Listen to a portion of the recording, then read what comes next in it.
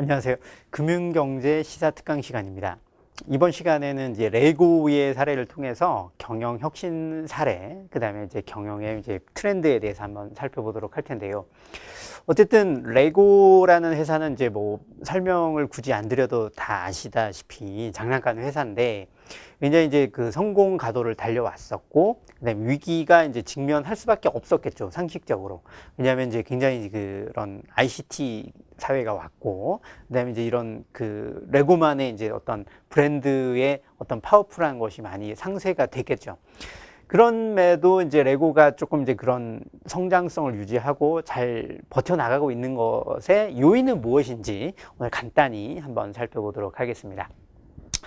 오늘 얘기에 이제 얘기를 요약을 하면, 어쨌든 레고는 이제 1932년 창립 이래로 아이들의 어떤 그런 꿈과 희망을 주는 문화의 아이콘으로 자리매김했었죠. 그러다가 이제 굉장히 이제 사업 확장을 무리하게 했었고요. 2004년에는 심지어 이제 파산 위기까지 갔었습니다. 그런데 이제 그 위기를 어떻게 극복을 해가지고 다시 전성기를 구가를 했죠. 구가를 쭉 하다가 다시 또 위기를 맞게 돼요.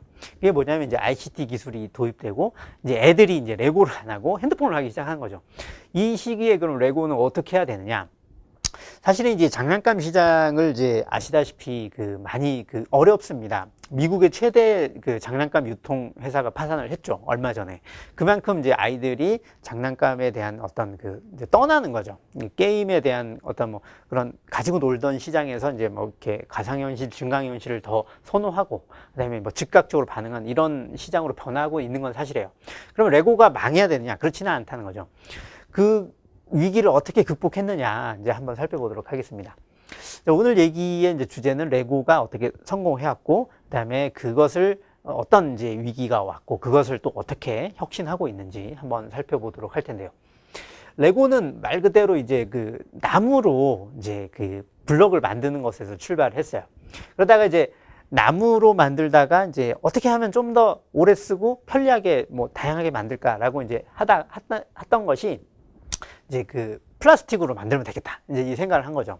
이 플라스틱 기술이 이제 ABS 기술인데, 요게 이제 우리가 쉽게 레고를 꼈다 뿅 떼고 막 이렇게 하는데, 여기에 이제 핵심 역량이 있습니다.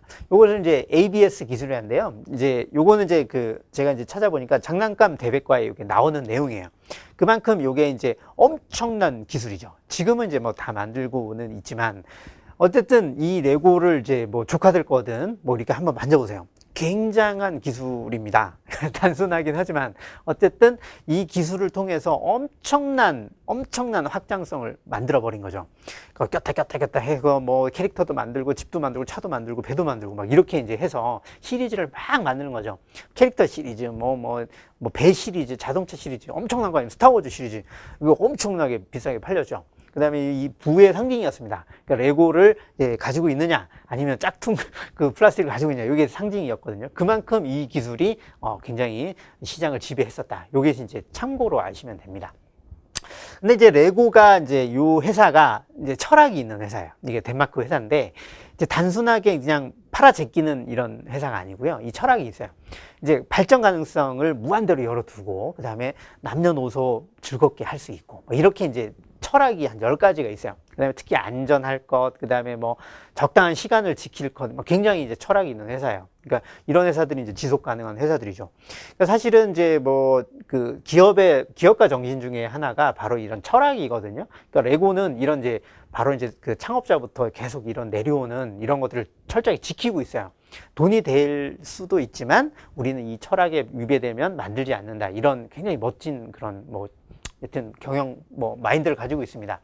어쨌든 레고가 이렇게 이제 좋은 회사인데, 좋다기보다는 지금 하여튼 멋진 회사인데, 이 회사가 이제 어떤 스토리를 가지고 왔느냐 이제 이렇게 살펴보면, 어쨌든 이 레고가 이제 엄청나게 이제 발전을 했었죠. 발전을 하다가 이제 중국의 이제 시장에 발돋움하게 되죠. 중국에 이제 나가면서 성공 요인이 뭐냐면, 이제 레고에다 스토리를 입힌 거죠. 중국 사람들이 좋아하는 게 뭔지 아세요, 혹시? 영화의 시리즈를 굉장히 좋아합니다. 뭐 스타워즈도 있고, 그 다음에 뭐 요즘 뭐 어떤 뭐 그런 캐릭터들이 있거든요. 시리즈별로. 그것에 거의 뭐 광적으로 이제. 근데 그것을 레고가 이제 캐치를 해낸 거죠. 이 중국 시장에 대해서 이제 고고를 하면은 성공할 수 있다는 걸 알아낸 거예요. 그래가지고 이제 레고가 이제 미국이라든지 유럽에서 판매가 이제 부진하는데 거기에 판로를 이제 중국으로 뚫어버린 거죠. 거기에는 바로 뭐냐면 그 레고의 스토리가 있다는 거죠. 스토리를 입혀가지고 이제 해다가 이제 다시 이제 몰락을 하죠. 그것이 뭐냐면 이제 그 ICT 기반의 이제 시대를 맞이하는 거죠. 그러니까 아이들이 이제 레고 부진이 이제 뭐 말 그대로 이제 이거는 이제 뭐 당연한 거 아닙니까? 휴대전화라든지 이제 PC 시장이 뜨니까 레고가 이제 위기에 직면한 거죠.